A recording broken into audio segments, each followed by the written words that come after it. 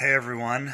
So I want to look now at the theory of meaning and truth that operates in this Linda Martine Alcoff essay, The Problem of Speaking for Others.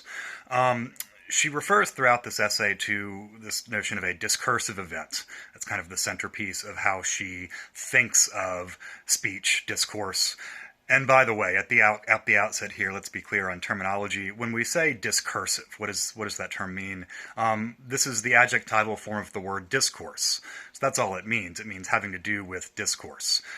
Discourse is a broader term than just speaking. It's a broader term than just writing. It includes all of those. Discourse is just communication more generally. It's very similar to just the term communication, just the way that we communicate with each other. So a discursive event, an event of discourse. This is a complicated thing for Martine Alcoff.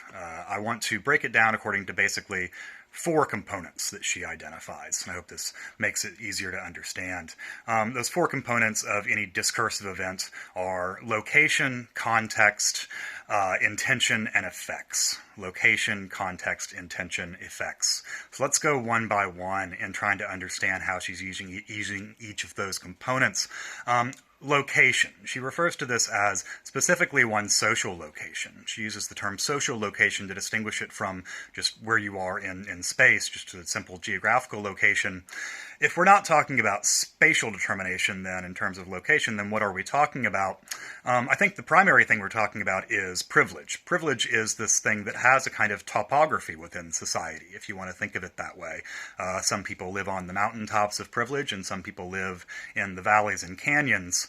And the people to whom this essay is largely addressed, as I said in the last lecture, are those on or near the mountaintops, those who occupy kind of higher, more prestigious places of privilege within society. That's primarily what determines your social location, the place that you speak from. I wouldn't entirely reduce it to that, because it also has to do with things that aren't necessarily, higher or lower, things that might just be matters of neutral difference, your in any kind of identity marker that you want to think of, your ethnic background, your class background, your religious background, all of these things are representations of your location within society. Of course, all of those tend to come with various sort of indexes of privilege, but that's location. Location, if you're reading throughout this essay, just trying to make sense of the way that all the different terms are being used, is very similar to what she refers later on to later on as subject position.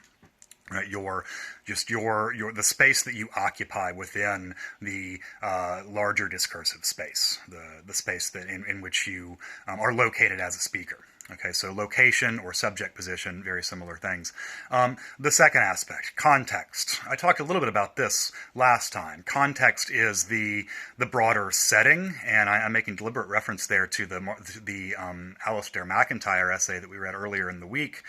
Context is very similar to setting. It's the general arrangement of forces, arrangement of power relations into which you step as a speaker, in which a discursive event takes place. Right, so context is that very complicated sort of topography of things, determining the ways in which you are able to speak, determining the ways in which you're able to understand each other as a speaker and a listener. And let me note here that the term discursive event and the way that she's using that is also calculated to kind of take the emphasis off of either pole of the discursive event. So discursive event doesn't, the term discursive event doesn't privilege a focus on either the speaker or the listener. Both speaker and listener are involved in the construction of every discursive event and the enactment of every discursive event that occurs. Okay, so all right, that's location and context. There's a certain kind of subjectivity, objectivity operative in this location-context distinction. Moving on from that, so intention is the third term that I said operates within discursive events. Intention is what you think you mean, what you think you are accomplishing by saying what you're saying. Intention's very close to the more traditional way of thinking of meaning, just the transparent meaning of what you are trying to say. Intentions obviously closely related to the fourth and final term, the effects of what you say. And specifically, she distinguishes between intention and effects to get the point across that often they don't line up, that often the effects of what you say are not determined by your intention. The effects are not merely discursive. They're not merely matters of speech. They're also material and physical. The things that you say have physical effects in the world, in the broader discursive context in which you operate, and outside of the realm of mere discursivity. They affect people's material lives. So, location, context, intention, and effects, once again. I'll finish up this lecture on her theory of meaning, her theory of truth, and what she's doing with the term discursive events by saying a little bit about the next big concept to get to, and that is that of mastery. This is going to lead also into her discussion of selfhood. Mastery. When she refers to mastery, she's going to mean it in a lot of different kinds of connotations later on, but here's one specific way in which she uses it. Mastery means the extent to which your intentions line up with their effects. To have mastery over one's speech is to actually have control over the effects of one's speaking, to actually be able to control the intentions of what you say, really lining up with the effects of what you meant. And often she wants to emphasize to us, in fact, most of the time, we don't have that mastery, and it's probably the case that we never have full mastery over a situation. Let's relate this back to the Alistair McIntyre essay when he talked about authorship. I think these terms operate in very similar ways, and there are a lot of reasons why I assign these two texts together.